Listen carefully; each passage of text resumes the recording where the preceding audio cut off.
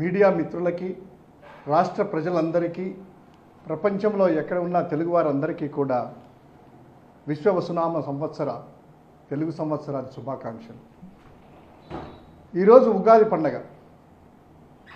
ఉగాది పండగ పోయిన సంవత్సరము ఈ సంవత్సరము చాలా తేడా ఉంది. ఎందుకంటే కరెక్ట్గా ఎన్నికల ముందు ఉగాది పండగ అనేది వచ్చింది. ఆ ఉగాది పండగ రోజు చంద్రబాబు నాయుడు గారు పంతులని, పురోహితుల్ని పంచాంగ శ్రవణం చేస్తూ ఆ దేవుడి ఫోటో దగ్గర కూర్చొని ఉగాది పచ్చడి తింటూ ఒక వాగ్దానం చేశాడు. ఈ వాలంటీర్లు అనేటువంటి వ్యవస్థను కొనసాగిస్తాము, కొనసాగించడమే కాదు, వారికి 5,000 నుంచి 10,000 రూపాయలు కాదు 10,000 కాదు, మీలో ఎంటెక్ ఉన్నారు, బీటెక్ ఉన్నారు, ఎంబీఏ వాళ్ళు ఉన్నారు, మీ అందరికి కూడా 50,000 వరకు వర్క్ ఫ్రమ్ హోమ్ ఫెసిలిటీ ఇచ్చేట్టుగా చేస్తాననేసి ఒక నయ వంచన చేసి భగవంతుని ముందర కూడా పండగ రోజు పచ్చడి తింటూ, పవిత్రమైనటువంటి ఉగాది పచ్చడి తింటూ కూడా అబద్ధాలు ఆడచ్చు, మోసం చేయొచ్చు, వెన్నుపోటు పొడవచ్చు అని నిరూపించినటువంటి ఘనుడు చంద్రబాబు నాయుడు గారు.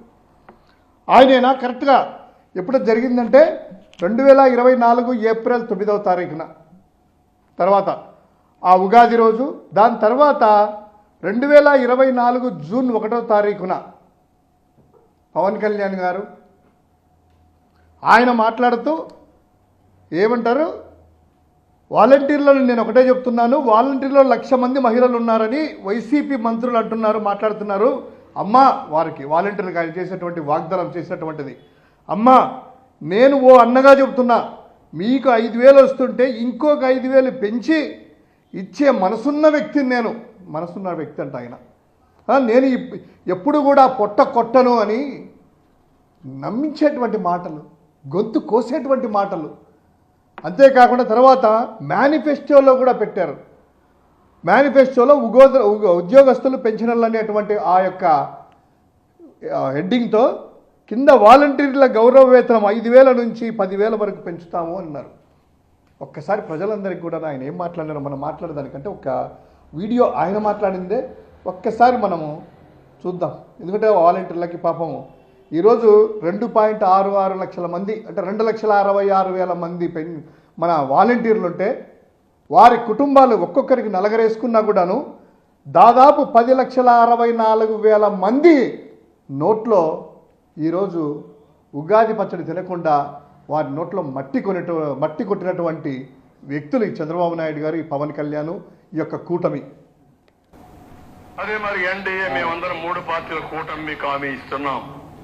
మీ ఉద్యోగాలు తీసేయం, వాలంటీర్ వ్యవస్థ కొనసాగిస్తామని మరొక్కసారి మీ అందరికీ హామీ ఇస్తున్నా. ఉగాది రోజున, పండుగ రోజున తీపి కబురు మీకు అందరికీ ఇస్తాం. 5,000 కాదు, మీకు రాబోయే రోజుల్లో 10,000 రూపాయలు పారితోషికం ఇచ్చే బాధ్యత మాది. వాలంటీర్లను మోసం నేను 50,000 చెప్పాను, ఆయన మాటల్లో 50,000 కాదంట, 1,00,000 రూపాయల వరకు సంపాదించుకునేటువంటి అవకాశాలు ఇస్తాను, వాలంటీర్లు కొనసాగిస్తామని చెప్పి ఘనంగా చెప్పారు కదా. తర్వాత వాళ్ళు చెప్పినటువంటి మాటలు ఏంటంటే, అదే ముఖ్యంగా ఈనాడు పత్రికలో కూడా చూడాలి. ఆ రోజు వాళ్ళు చెప్పినట్టే కాకుండా ఈనాడు, ఆంధ్రజ్యోతి ఎల్లో రాశారు కదా, వాలంటీర్లకు నెలకు 10,000 రూపాయలంట, వాలంటీర్లకి బొనాంజా అంట, ఒకరేమో వాలంటీర్కి తీపి కబురు అంట, ఒకరేమో వాలంటీర్లకి రెట్టింపు జీతాలతో చంద్రబాబు వారిని లక్షాధికారులు చేయబోతున్నారంట. ఈ విధంగా మాటలు చేసేసి వాళ్ళని నమ్మించి నట్టేట ముంచి వారికి ఉండేటువంటి ఉద్యోగము పోయింది, తర్వాత పెంచుతాను లేదు. ఇప్పుడు పాపము ఒక్కొక్కరు రియలైజ్ అయ్యేసి మా పరిస్థితి ఏంటి, మేము ఎక్కడికి ఉన్నాము, మా జీతాలు ఇవ్వండి, మాకు ఉద్యోగాలు లేవా అనేటువంటిది ఒకసారి పాపం ధర్నాలు ఎక్కడెక్కడ చేస్తూ ఉంటే వాళ్ళని ఎక్కడ పడితే అక్కడ అరదొక్కుతూ ఉన్నారు. తర్వాత ఈ మధ్య ఏమైందంటే, ఈ అసెంబ్లీలో వైఎస్ఆర్ కాంగ్రెస్ పార్టీకి సంబంధించిన ఎమ్మెల్యేలు, ఎమ్మెల్సీలు ప్రశ్నోత్తరాల సమయంలో అడిగితే వారి మంత్రి గారు బాల వీరాంజనేయ స్వామి గారు ఇచ్చినటువంటిది ఏంటంటే, 2023 ఆగస్టు నుంచి వాలంటీర్ వ్యవస్థ ఉనికిలో లేదు అంట. 2023 ఆగస్టు నుంచి ఉనికిలో లేనప్పుడు 2024 ఏప్రిల్ 9వ తారీఖు ఉగాది పచ్చడి తింటూ ఎలా మాట్లాడాడు? తర్వాత జూన్ 1వ తారీఖున 2024 జూన్ 1వ తారీఖున వాలంటీర్లందరూ కూడాను వారి జీతాలు గౌరవవేతనం అనేటువంటిది వాళ్ళ అకౌంట్లో ఎలా పడ్డాయి? ఎప్పుడో 23లో లేనప్పుడు 24 జూన్ జీతాలు ఎలా వచ్చాయి? మీరు అధికారంలోకి వచ్చిన తర్వాతనే కదా వాళ్ళు హెడ్ ఆఫ్ అకౌంట్స్ అయితేనేమి, తర్వాత సంబంధించినటువంటి అకౌంట్స్లో ఫైనాన్షియల్లో సంబంధించినటువంటి అన్ని హెడ్ ఆఫ్ అకౌంట్స్ కూడాను క్లియర్ కట్గా ఉండగా పచ్చిగా అబద్ధాలు ఆడుతూ ఒకవేళ ఉన్నింటే పెంచేవాళ్ళంట. లేనిది ఎలా హామీ ఇచ్చారయ్యా? అక్క చెల్లెమ్మలకి పొట్ట కొట్టడంట. మనసున్న వ్యక్తి అంట ఆయన. మనసున్నటువంటి వ్యక్తి పొట్ట కొట్టను 1,00,000 మంది అక్క చెల్లెమ్మలకి అన్నగా మాటిస్తున్నారంట. చంద్రబాబు ఒక అబద్ధము మాట్లాడి నమ్మిస్తే వారికి 10 పవన్ కళ్యాణ్ అబద్ధాలు ఆడిచ్చేటువంటి వ్యక్తి అనేటువంటిది ఈరోజు అయింది.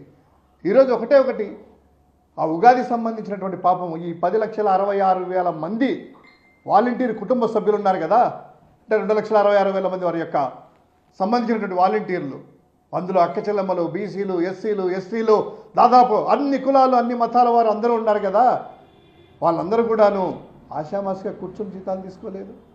కరోనా లాంటి విపత్కర సమయంలో వాళ్ళ కుటుంబ సభ్యులు కూడాను ఎక్కడో అమెరికాలో ఉన్నా, లేకపోతే హైదరాబాదుల్లో ఉన్నా, జాబుల్లో ఉన్నా, లేకపోతే ఇక్కడ ఉన్ని పట్టించుకోకపోయినా కూడాను ఇంటికి వెళ్ళి వాళ్ళందరికీ కూడా బాగోగులు చూసినటువంటి మనసున్న మంచి వ్యక్తులు వాళ్ళు.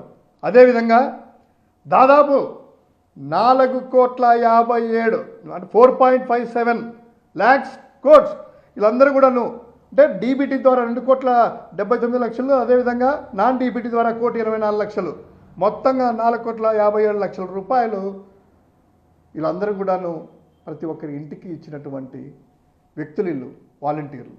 ఇటువంటి వాలంటీర్ వ్యవస్థని నమ్మించి నట్టేట ముంచి వారి గొంతు కోశారు.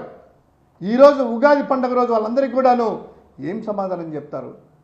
ఇది ఒకటే కాదు, సూపర్ 6 అని అన్ని హామీలు ఇచ్చేసేసి అబద్ధాలు చేసేసి ఉన్నారు. ఈరోజు రోడ్డున పడుతున్నారు, ఈరోజు రోడ్డు ఎక్కుతున్నారు. ఎక్కడెక్కడ ఆశా వర్కర్లు అయితేనేమి, వీళ్ళైతేనేమి, సూపర్ 6 అయితేనేమి, విద్యార్థులు అయితేనేమి, లాస్ట్కు వీళ్ళంతా ఆరోగ్యశ్రీలకు రాక ఉచిత బస్సులంట, అమ్మఒడి లేక డ్రాప్అవుట్స్ పెరుగుతూ ఉన్నాయి. తర్వాత రైతులందరూ కూడా చాలా అధ్వాన్న పరిస్థితిలో ఉన్నాయి. అన్నదాత సుఖీభవ అనేటువంటి పథకంలో అదే రైతు భరోసా ఏదైనా పేరు పెట్టుకోండి, అదంతా లేక. సో ఈరోజు వైఎస్ఆర్ కాంగ్రెస్ పార్టీ అయితేనేమి, తర్వాత వాలంటీర్స్ కుటుంబ సభ్యులందరూ కూడాను ఒకటే డిమాండ్ చేసేది, ఆ 10 నెలలు ఇప్పటి వరకు జూన్ నుంచి జీతాలు రాలేదు కదా, 10 నెలల జీతాలు ఎప్పుడు వేస్తున్నారు? వాలంటీర్ వ్యవస్థకు 10,000 రూపాయలు ఎప్పుడు పెంచుతున్నారు? వారి వ్యవస్థని అవసరమైనప్పుడు విజయవాడ వరదలు వస్తే మాత్రము అయ్యా మీరందరూ వాలంటీర్లు రండి మీకు ఉంది కదా ఉద్యోగాలని చెప్పి వాలంటీర్లను వాడుకోవడము ఇంత నీచమా? పాపం వాళ్ళు కొట్టడమా? వాళ్ళు పెద్ద ఉద్యోగస్తులు కూడా కాదే, సేవా దృక్పథంతో ముందుకు వచ్చిన వాళ్ళే. వారిని కూడా నట్టింట ముంచి మోసం చేయాలనేటువంటి ఆలోచన చంద్రబాబు కంటే వచ్చింది, పవన్ కళ్యాణ్కి ఎలా వచ్చింది? నీతివంతుడు, నిజాయితీవంతుడు, పారదర్శకంగానే మాటలు చెప్పాడు ఎలక్షన్ల ముందంతా. ఇప్పుడు చూస్తే చంద్రబాబు నయమేమో అబద్ధాలు ఆడడంలో వెన్నుపోటు పడడంలో పవన్ కళ్యాణ్ వేరేమో చంద్రబాబు కంటే అని పోటీ పడతా ఇద్దరు ఉన్నారు. ఇది ఈ యొక్క కూటమి పరిస్థితి. వాలంటీర్ల కుటుంబాలంతా కూడాను దయనీయ స్థితిలో ఈరోజు ఉన్నాయని వైఎస్ఆర్ కాంగ్రెస్ పార్టీ గుర్తు చేస్తూ ఉంది.